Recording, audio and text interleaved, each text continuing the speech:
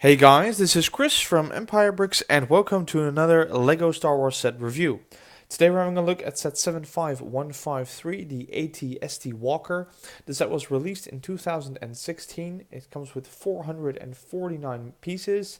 It has 3 minifigures and it retailed for $39.99 in dollars and $49.99 in euros. So as always, let's start with all the minifigures. There is 3 of them, of which the most important is of course Baze Malbus, one of the more important characters in the Rogue One movie. And I have to say, this is a really cool minifigure. So let's have a look at the printing first. There is lots and lots of detail on the front. You can see all kinds of gear and pockets going on. Some cool printing on the legs as well, with a kneecap over here. And you can even see parts of the hair that have been printed on the torso, as if his long hair would be like hanging in front of here. The back printing is very hard to see with all the gear on top, but it is some more pockets, packs, and gear printed on the back. Nothing too special, no emblems or anything. Not even Rebel emblems, at least not very well visible. So that's it for the printing. He has a double-sided face. Looking underneath the hair, we can see that he has a scar on his face and kind of a grin. But if we look on the other side, he has a much more aggressive and battle-ready look. Putting the hair back on brings me back to the kind of railgun that he is carrying. That's a very big brick-built weapon, and it looks absolutely amazing. And of course, Baze Malbus does have a large weapon on him all the time. The weapon is connected by a chain piece to the backpack, which is sort of a power generator for that weapon. There are some downsides normally to these big brick build weapons. Regularly, if they have a weapon like this, the minifigures will just fall over until they're attached to a base plate or anything. But because he has such a heavy and big piece on the back, he can actually stand on itself, which is pretty cool. One small downside is the transparent backpack piece. That kind of makes his neck look a little bit weird, but still a very cool figure to have in anyone's collection.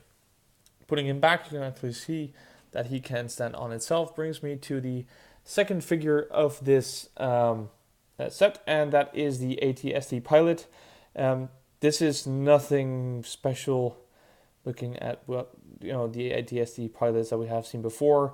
Just a uniform, no emblems or insignia. He does have some leg printing though. What makes this guy unique is the printing on the helmet. So the visor is printed on the helmet. Some other figures might have the visor on the head. This guy doesn't. He does have a double-sided face, although the difference between those two faces is very minor. And he comes with a regular medium-sized blaster. Brings me to the third and last minifigure of this set, and that is a regular Rebel Trooper. Let's get this guy sharp over here. This is also nothing too special. We have seen the torso print on another Rebel Trooper, I think in the Rogue One Battle Pack.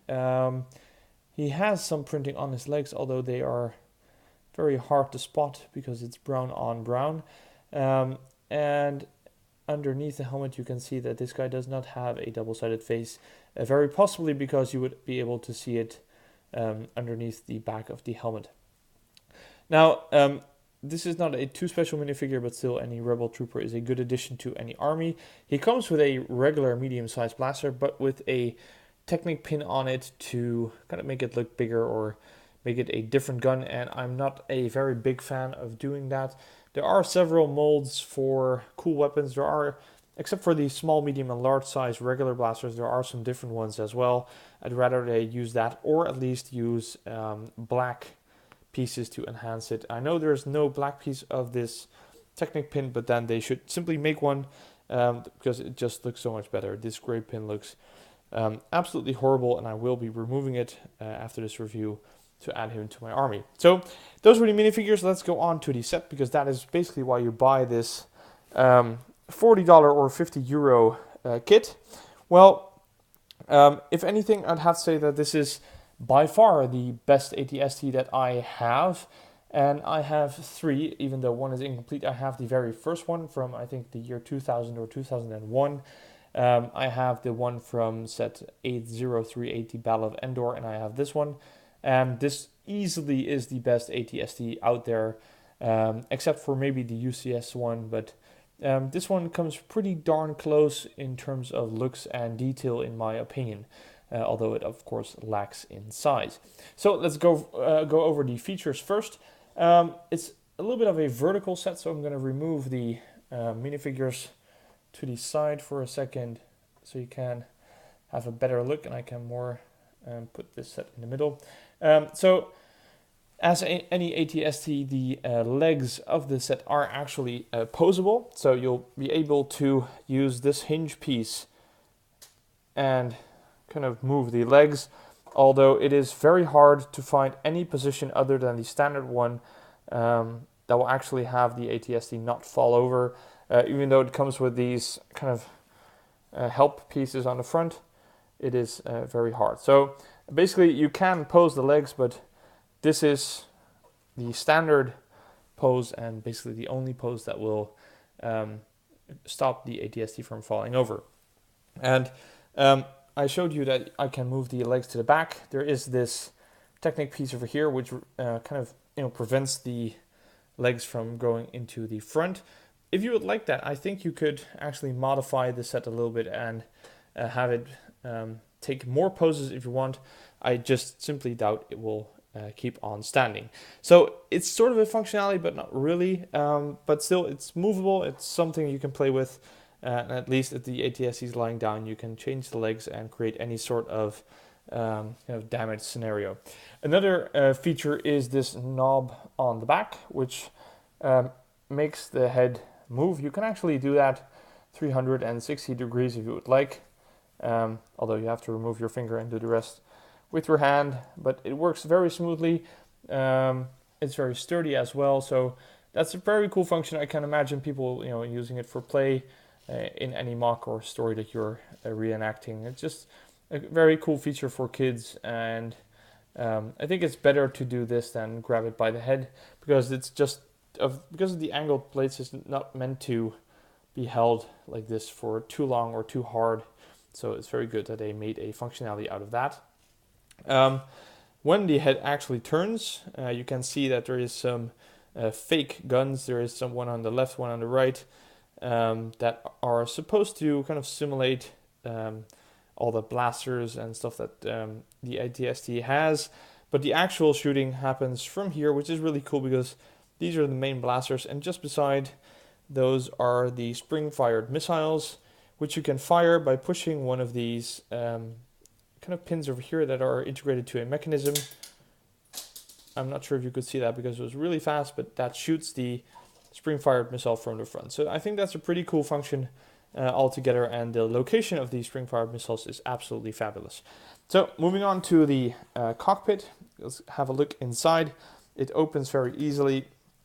And one of the cool things, I think, is that there is a lot of detail inside of the cockpit, although there is sort of a big downside to this whole thing, and that is that this AT-ST still only fits one driver. And considering its size, I would have to say that I think there should be at least two of them in there. I mean, there have been a lot of AT-STs and they should have two drivers. I understand that the smaller version simply did not have the room, but this one is so much bigger than the previous version that it should have been possible to fit two seats in here one way or the other. And to demonstrate that fact, I actually have the AT-ST from the Battle of Endor set with me, and it's over here. So I'm just going to drop it here, and you can see how absolutely enormous the new AT-ST looks compared to the previous version. And this one fits only one AT-ST driver. Obviously, you can see that the whole thing is barely 4 studs wide at its thinnest point.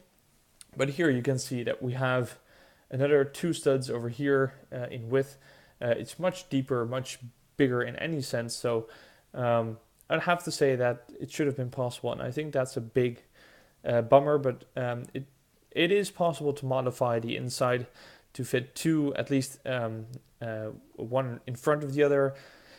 With a little bit of effort and some of your own pieces, you might be able to modify it to fit two ATST pilots next to each other. So kind of a missed opportunity there, but still the cockpit looks very cool. And I think the whole set overall looks pretty cool. There are some stickers, nothing too big. I mean, there are stickers on the feet, but I think they look pretty cool. There's a sticker here on top and here on the back. And I think I see you saw it in the cockpit as well. But there is this monitor piece over there, which has a sticker as well. So the overall look, I think it's very, very good. It looks very detailed. There's lots of greebling going on many sides. The legs actually look realistic with the extra hydraulic, or at least they are supposed to be hydraulic pieces, making it look more mechanic. The only thing in a general look that I don't really like are the feet. I think these look a little bit off. I'm not very sure. You don't see the feet of an ATST too much in the movies, but this it looks a little bit off. It's too smooth, or there's something that makes them look almost like the ATST is wearing shoes, and I think that is kind of a bummer, but nothing too bad. It's easily modifiable, and the overall set still looks great. Another really cool detail is these two pieces that kind of cover the eye windows, but they come up with the hatch on top, even though there is another separate hatch over here to have the pilot look out from the top of the ATST. So pretty cool set. I'm going to put it next to the older one for a second again. Much bigger than the previous version. Considering price, 449 pieces for $39.99 is a very good deal. For 49.99 euros, a little bit less of a good deal, but still fair price for what is the biggest playset ATST that was ever made. So I think that's pretty cool. You get 3 minifigures. I think the biggest upside of the set is that it looks absolutely amazing, and it's very, very big. The biggest downsides are definitely that there should have been 2 drivers in the ATST, or at least the possibility to put 2 drivers in there. And I think it could have used an extra minifigure for $40 or 50 euros. 3 is a little bit on the low side, especially for a big playset like this. Maybe General Veers, although that would have been a little bit weird for a Rogue One set, but a Stormtrooper or anything would have been very cool to see in the set, especially considering that we do not get that many Stormtroopers in the Rogue One sets. So I think that would have been a great addition. So that's it for my review, guys. I really hope you liked it. If you did like this video, please like, comment, and subscribe, and I will see you all next time.